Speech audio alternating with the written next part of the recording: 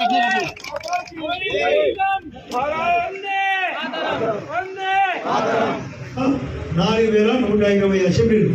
ఆ 4120 అసెంబ్లీలో జమ్మలమడుగు మొదటి 4లో ఒకటి కాబోతుంది. అందరూ ఈ గడపలో బాగుంది, రాష్ట్రంలో బాగుంది కాదు కావాల్సింది. ఈ దేశంలోని 4120 నియోజకవర్గాల్లో ఒకటి 2 3 4 స్థానాల్లో ఒక స్థానం ఉంటుంది. దానికి మనం పట్టుదలగా పనిచేద్దాం. ఇవన్నీ నేను రాసుకొని వచ్చిన ఏమేమి చేయాలా ఏ కదా అని. జలజీవన్ మిషన్ ద్వారా అంటే తాగునీళ్లకు పల్లెలకు ఇచ్చే స్కీమ్ పేరు జలజీవన్ మిషన్. అంటే తాగు జలం అంటే నీళ్ళు, జీవన విధానానికి మిషన్ అంటే సంస్థ. దాని ద్వారా నీళ్లు ఇంట్లోకి రావాలా, కుళాయి ద్వారా మురికి నీరు బయటకు పోవాలి. అది పల్లెకు. అదే టౌన్కి అయితే జమ్మలమడుగు ప్లస్ ఎర్రగుంట, ప్రొద్దుటూరు లేదా కమలాపురం మున్సిపాలిటీలకు పోయే స్కీమ్ పేరు అమృత్. దాని స్కీమ్ పేరు అమృత్. అంటే అమృతం కాదు, దాని పేరు అటల్ మిషన్ స్కీమ్ అని. అటల్ మిషన్, అటల్ AMRUT ఆ స్కీమ్ పేరు. అటల్ బిహారీ పేరుతో పెట్టిన స్కీమ్. ఆయనే బీజేపీ పార్టీకి పెట్టాను. అటల్ మిషన్ స్కీమ్ పేరుతో ఎర్రగుంట మున్సిపాలిటీకి మీ గండికోట నుంచి 110 కోట్లతో టెండర్ గతంలో పిలిచిన సుధీర్ రెడ్డి, పాత సుధీర్ రెడ్డి పుణ్యవాన్ని ఎన్నికపోయింది. ఇప్పుడు మళ్ళీ వస్తుంది అమృత్ పథకం.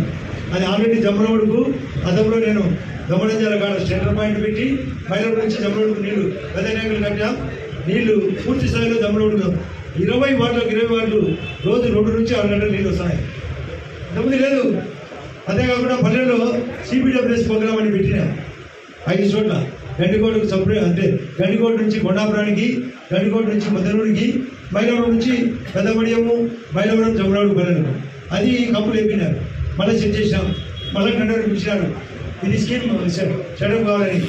కేసీ కెనాల్ ఎలక్షన్లు జరిగినాయి, మైలవరం సంఘం ఎలక్షన్ జరిగినాయి, చెరువుల ఎలక్షన్ జరిగినాయి, ఏకగ్రహం జరిగినాయి లేదా? ఆ ముందు నిర్బంధించినారు అన్నాడు అవినాష్ రెడ్డి. దేవుళ్ళు దాచిపెట్టారంట. మన దేవుళ్ళు దాచిపెడితే దండలేసి దానికి రాజశేఖర్ కోసం ఈ సుధీర్ రెడ్డి, అవినాష్ రెడ్డి వచ్చాడు కదా. ఇప్పుడు వచ్చేదానికి రావచ్చు కదా, మన రావాలి కదా. ఇప్పుడు మనం వచ్చారు కదా. అంటే అంత అయిపోయాడు, అప్పటికే అయిపోయిందే పడగా ఊరికే డబ్బా. మనం అవినాష్ రెడ్డి ఒక స్టేట్మెంట్ ఇచ్చాడు, నేను చూడలే. 5 రోజుల పాటు నేను జూబ్లీ క్లబ్లో ఆడుకోవడం అట. 2 రోజులు వచ్చినప్పుడు ఏం పని చేయలేదు, నువ్వు వచ్చి చేయన్నాడు. మా జమ్మలమడుగులో చేసినట్టు నీ పులివెందులో కూడా జరగదు. పట్టుబట్టి చేసేవాళ్ళమే. ఇది గండికోట టూరిజం పెరుగుతుంది, స్టీల్ ఫ్యాక్టరీ వస్తుంది, ధాన్యాల ఫ్యాక్టరీకి అడ్డుపడ్డాడు రామసుబ్బారెడ్డి గారు. అసలు మన మీటింగ్ జరిగితే వద్దట. ఏది పబ్లిక్ హీరింగ్ మళ్ళీ పెట్టాలంట. అంటే మళ్ళీ పెడతానే ఉండాలా. ఇదే నా పని. అసలు పబ్లిక్ హీరింగ్లో మా గౌరవ కలెక్టర్ గారు మేమందరం కూర్చున్నాం. ఈ పనులు జరగాలని అడిగినారు. ఆ పనులన్నీ వాళ్ళతో లిఖితపూర్వకంగా మా దగ్గర సమాధానం ఉంది. అవి చేస్తేనే వాళ్ళు ఫౌండేషన్. రెండో దానికి చేయకుండా దాన్ని అడిగిపోతుంది. దాని మీద రావాలని కోరుకోవాలా, రాకూడదని కోరుకోవాలా, నువ్వు చెప్పినట్టునా. కాబట్టి పర్మిషన్లు మేము అన్ని క్లియరెన్స్ అయినాకనే స్టార్ట్ చేద్దామని చెప్పినాం. కాబట్టి రామసుబ్బారెడ్డి పప్పులు ఉడకవు, ఆ పాత సుధీర్ రెడ్డి పప్పులేం ఉడకవు, అవినాష్ రెడ్డి ఉడకవు. జగన్ రెడ్డి 3 చోట్ల ఇరుక్కున్నాడు. వాళ్ళ ఆయన ఉన్నప్పుడు చేసిన కేసులు 2, ఈ 5 ఏళ్లలో చేసిన కేసులు 10 హీరింగ్ వచ్చినాయి. ఏది లిక్కర్ కేసు వచ్చింది, ఫైబర్ నెట్ కేసు వచ్చింది, ఇసుక కుంభకోణం వచ్చింది, మైన్స్ కుంభకోణం వచ్చింది, భూ కుంభకోణం వచ్చింది, విద్యా కుంభకోణం. బైజూస్ అనే కంపెనీకి ఇష్టం వచ్చినట్టు సెల్ ఫోను మన ట్యాపు మన 24,000 దొరికితే 74,000 అని రాపించుకునేది. ఆ 50,000 నాకు తెచ్చి పెట్టనేది. ఆ ఒప్పందం పోయింది. ఆ ఇష్టం వచ్చినట్టు కలర్లు వేసినాడు. అది కూడా వద్దని ఆపినారు. గతంలో నాడు నేడని చెప్పినాడు, స్కూల్ మీడియంలు కట్టలే పెట్టలే. కాబట్టి ఇవన్నీ పికప్ కావాలంటే ఖచ్చితంగా మన ప్రగతి జరగాలంటే ఏముండా కూటమి ప్రభుత్వం ఉండాలా లేదా? జమిలీ ఎలక్షన్లు జరుగుతాయా లేదా? అందుకు మన రాష్ట్రంలో ఎప్పుడు జరుగుతాయి? నేనే మాయాపులోనే 94, 99, 2004, 2009, 2014, 2019, 2024 జరిగాయి లేదా?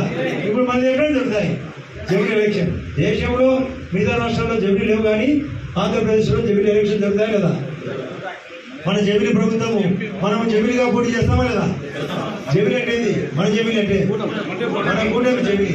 ఇది 3 పార్టీల జమిలీ. 5 ఎంపీ ఎమ్మెల్యేల కూటమి.